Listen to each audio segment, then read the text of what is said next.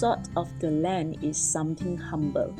Salt is essential in life, yet often overlooked.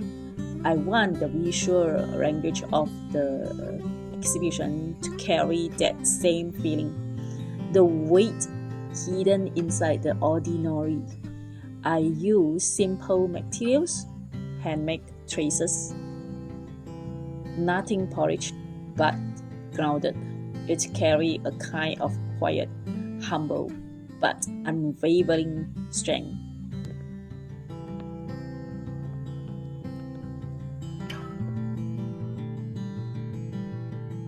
When I was young, I thought art equal to painting. Even when I went to art school, I still believed that.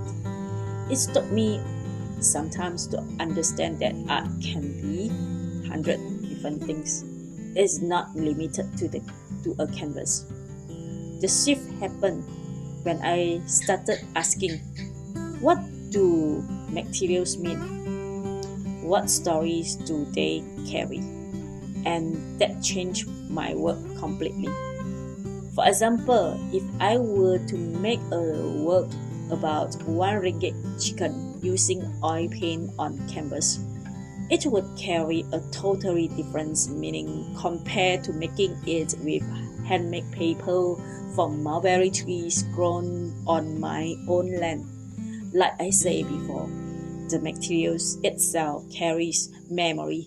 It is part of the content. Of course, I'm not saying I'll never paint again. Honestly, I still have the urge to paint all the time.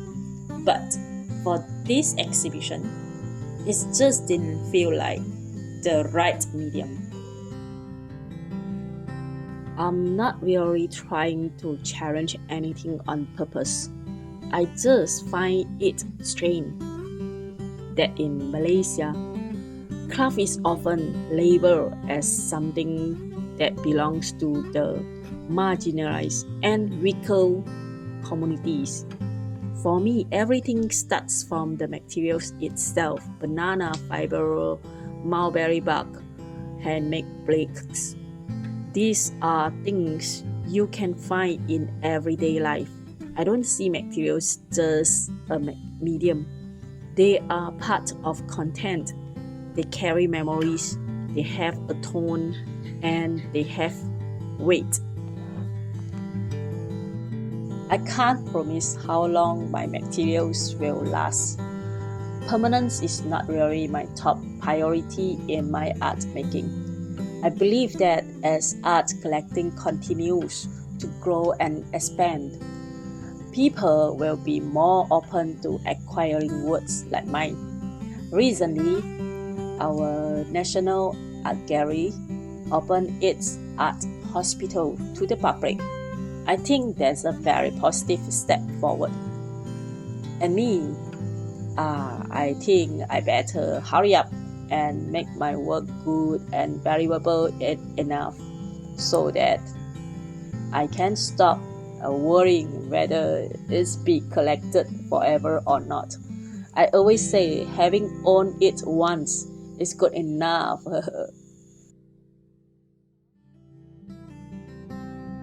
When I look back from my first 3 solo exhibitions until now, there are things that never change. I have always been concerned with life itself. What has changed is the way I understand life. I used to come from the very personal experiences. Now it has expanded into something more collective. From a corner of my home to the land to the community. In my work, there aren't specific characters. I'm not trying to tell the story of one person. It's about ordinary people, all of us. I'm not just speaking about Batu Arang. I hope the audience can also see themselves in it. Maybe at some point you have to stood up and spoken out, just like the people of Batu Arang. I used to believe, quite naively, that one day we could finally put down our protest signs and return to a quiet life. But later I realized that taking to the streets and speaking up might be something you do for a lifetime. What matters isn't whether you protest or not, is whether you awake, whether you see things clearly. To me, speaking up, demanding basic rights is as essential and ordinary as rice, oil, salt, soy sauce, tea. It is basic part of life. Some people say my work has shifted from the home to the community, but to me it is more of a continuation. My work has always been about life, from the kitchen, housework, and being a mother, to the land, the neighbors, and the public spaces.